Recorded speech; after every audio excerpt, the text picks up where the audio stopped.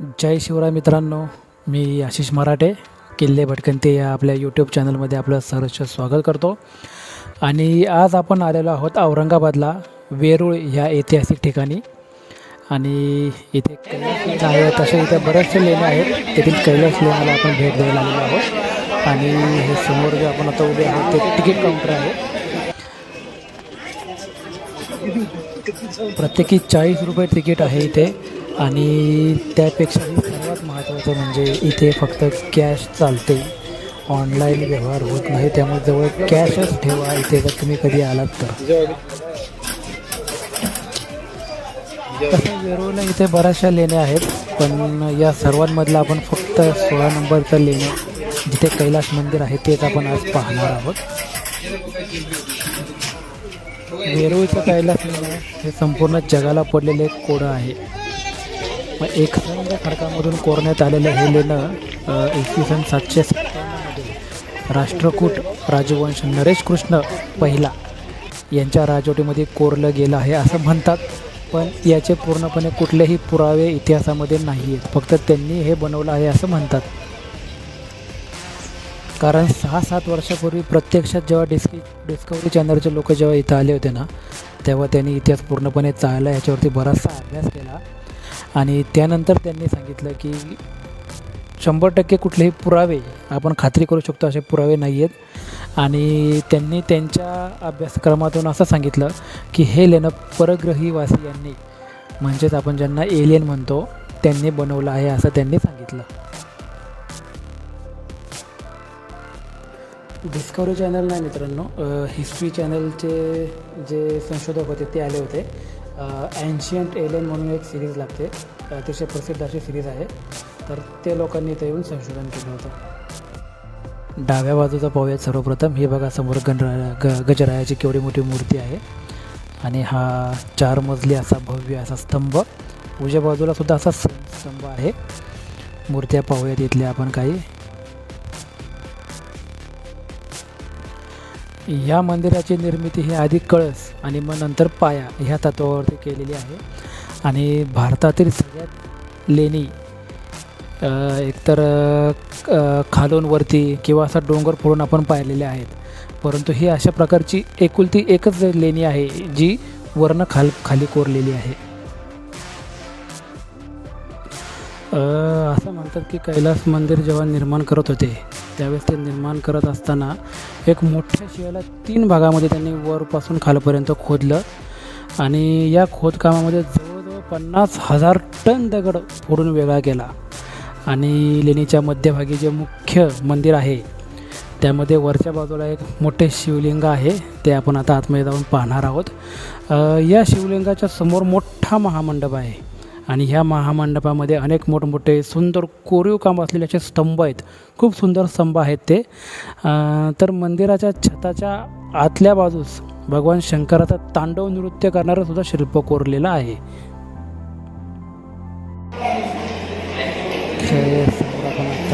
हे पहा, ही मंदिराची कोरीव मूर्ती पूर्ण एकाच दगडामध्ये वेगळ्या म्हणून बसवलेली मंदिर.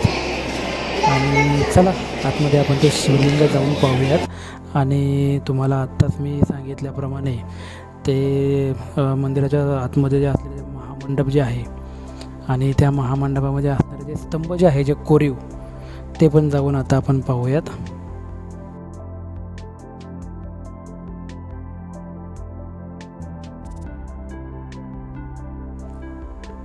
हे पहा, हे स्तंभ आहेत ते. आणि त्याच्यावरती केलेलं कोरीव काम सुद्धा खूप सुंदर आहे. हे पहा.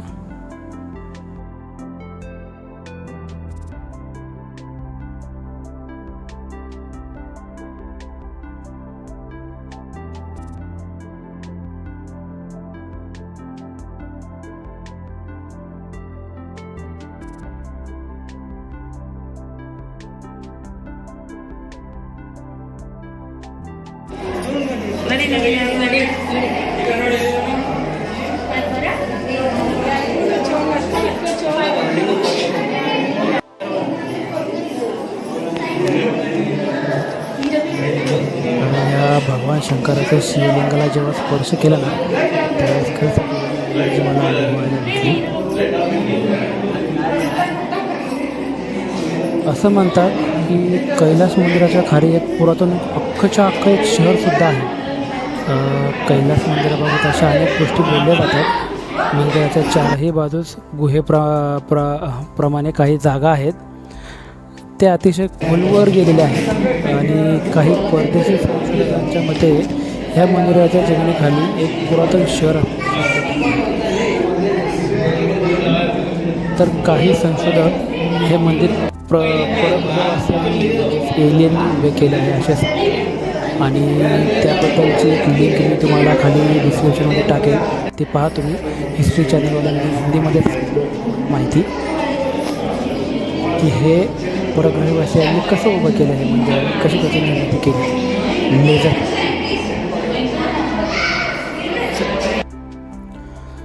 मंदिराच्या पृष्ठभागावर अखंड खडक 131 फूट उंच आणि 33 फूट रुंद आहे.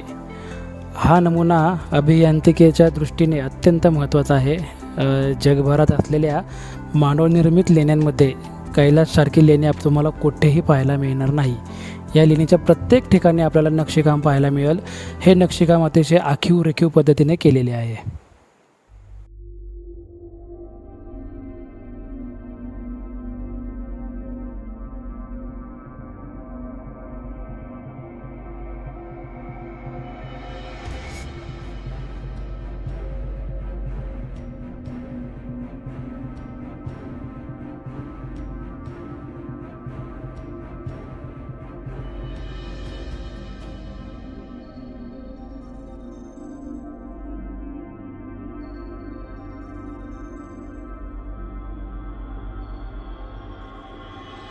हा तो समोरचा मोकळा भाग आहे जिथं आपण आतमध्ये एंट्री केली खालनं. आता आपण वरच्या फ्लोअरला आहे. या मंदिरामध्ये तर काही लेण्या अशा आहेत की ज्या 12 मजली उंच आहेत. 12 मजली उंच गुफा, विचार करा.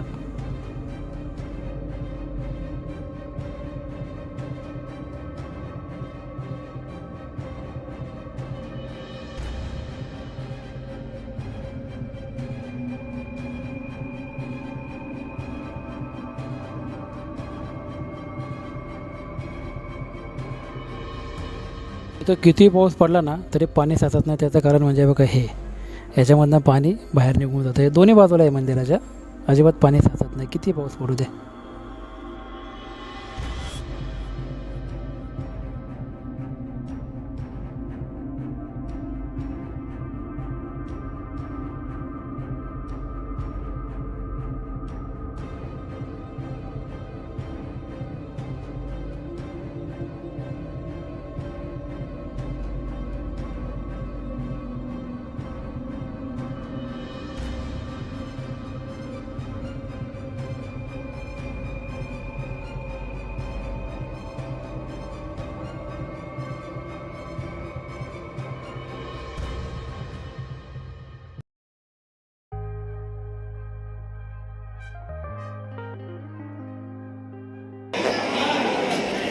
आणि मी मगाशी तुम्हाला याच्या साईडला रामायण आणि महाभारत याच्यामधले कोरीवाशी चित्र कोरलेले आहेत. संपूर्ण रामायण आणि महाभारताचे वेळ दाखवलेले आहे. तर एका रामायणाचा आहे आणि सेम पलीकडच्या साईडला महाभारताचा आहे.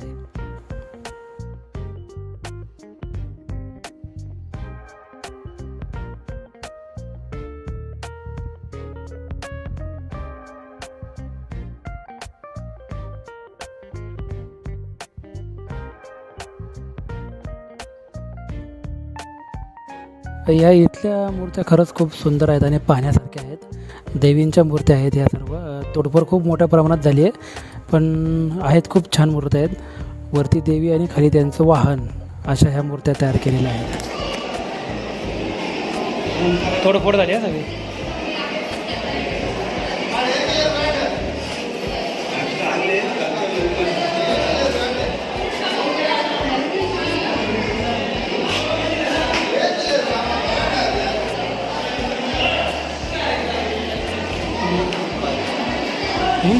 देवीचा पाय खाली करून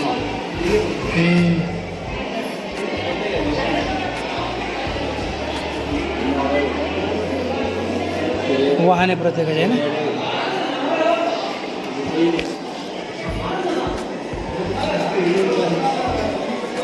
मोर आहे मोर कार्तिक असं.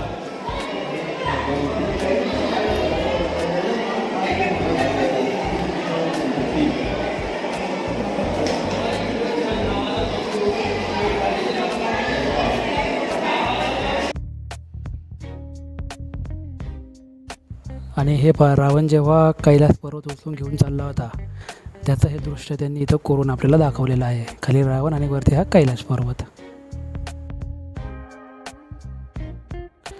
पुढे गेल्यानंतर आपल्याला दिसेलच मंदिराच्या तीनही बाजूला भगवान विष्णू त्यांचे झालेले अवतार हे मूर्त्यांमध्ये त्यांनी कोरून आपल्याला दाखवलेलं आहे. आणि भगवान शिव शंकर त्यांचेही अवतार आणि मूर्तीमध्ये आपल्याला त्यांनी ते कोरून दाखवलेलं आहे. हे पहा इथून नारायणाचं भगवान विष्णूच्या अवताराची सुरुवात होते. त्यांचे वेगवेगळे अवतार आपल्याला इथं मूर्त्यांमध्ये त्यांनी करून दाखवलेले. श्रीरामाचा अवतार,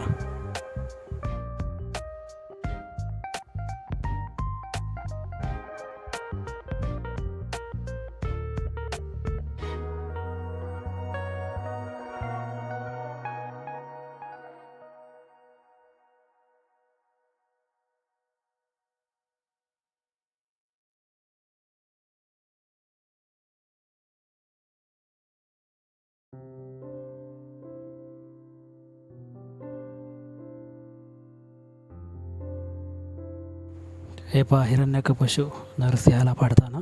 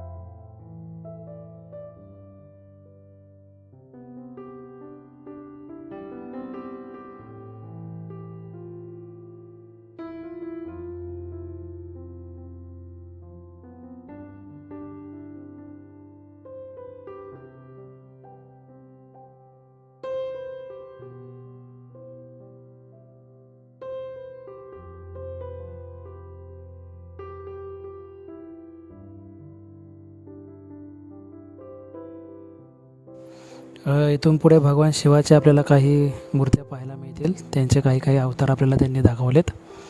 खूप सुंदर असं रेखीव काम.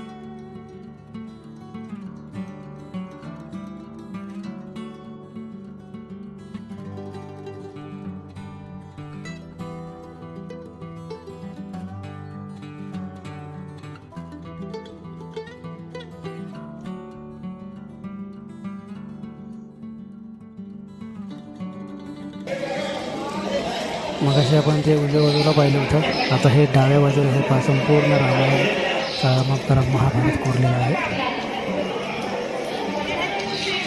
आणि याच्याच डाव्या बाजूला एक समोर जो दिसतोय तो सिंह हत्तीला खाली पाडून पाडताना.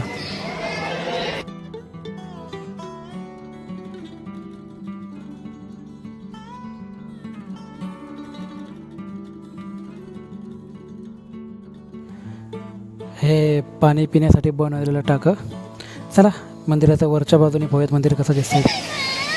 हे पाया साईडने आपण वरती आलो आणि हे पहा साईडने वरचं पाणी कितल्या हवं कोरून बनवलेलं आहे. चल.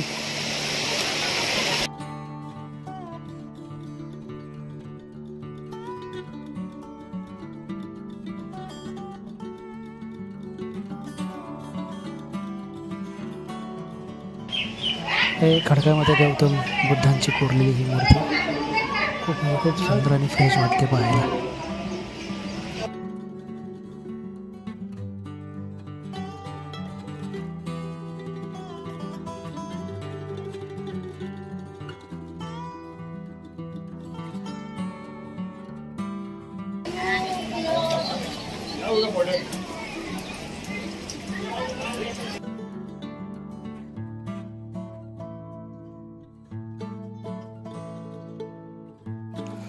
आलो आहे आपण वरच्या साईडला. आता वरतून मंदिराचा नजारा कसा दिसतोय ते पाहू आपण.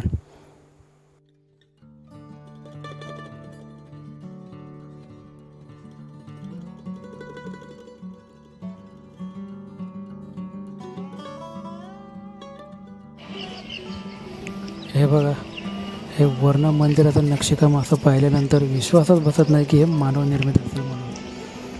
अतिशय भव्य दिव्य असं नक्षीकाम आहे वर्ण. हे पाहे सगळ्या साईडनी 1 2 3 4 5 सिंह होते. चला.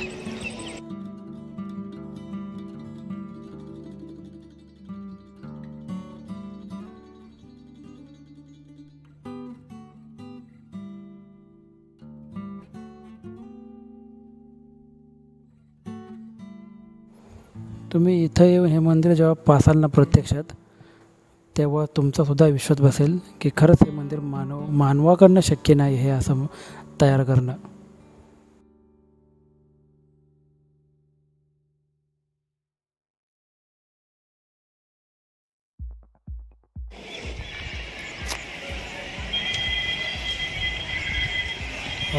वरनं व्ह्यू घेतोय आपण पहिल्यांदाच. हे बघा मंदिराचा.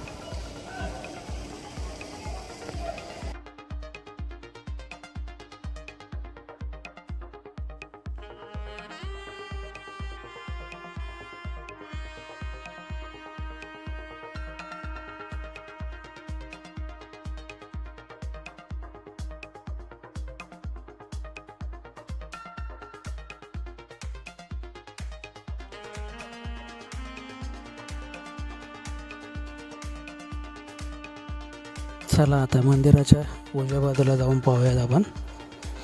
आणि हे जे दगडाचं हे जे काम हे का केलं असेल हे अजून काही समजत नाही आहे. अशा प्रकारचं का केलं असेल बांधकाम. आणि ह्या साईडला सुद्धा एक कोरीव असं छोटंसं मंदिर आहे. त्याच्या आधी आपण इथं आतमध्ये जाऊन पाहूयात काय आहे ते.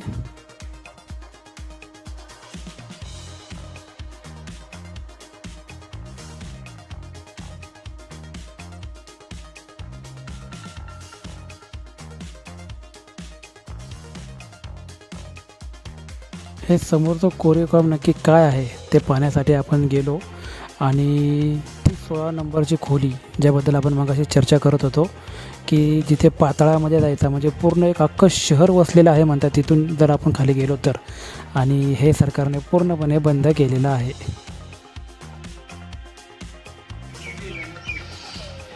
हे बघा व्हिडिओमध्ये दिसतंय तुम्हाला एवढं आतमध्ये खोल आहे ना, हे खूप खोल आहे आतमध्ये. आता आपल्याला नीट दाखवता येत नाही आहे व्हिडिओने, पण आतमध्ये खाली डिझाईन बनवलेली आहे. हे म्हणजे हेच ती 16 नंबरची गुफा जी बंद केली, पाताळ युग. पाताळात जायचा रस्ता होता म्हणतात. 16 नंबर हेच असणार आहे. 100% अरे विचार कर ना जर ती 16 नंबरची गुफा इंग्रजांनी त्या काळामध्ये बंद केली असं म्हणतात. कारण त्यांना नेमकं माहिती होतं की त्या गुफेच्या आतमध्ये नक्की काय आहे ते. ही ह्या कैलास मंदिराबद्दल दिलेली थोडीफार माहिती आहे, परंतु हे कन्फर्म नाही आहे. हे जी माहिती त्यांनी लावली आहे ना, हे कन्फर्म नाही आहे.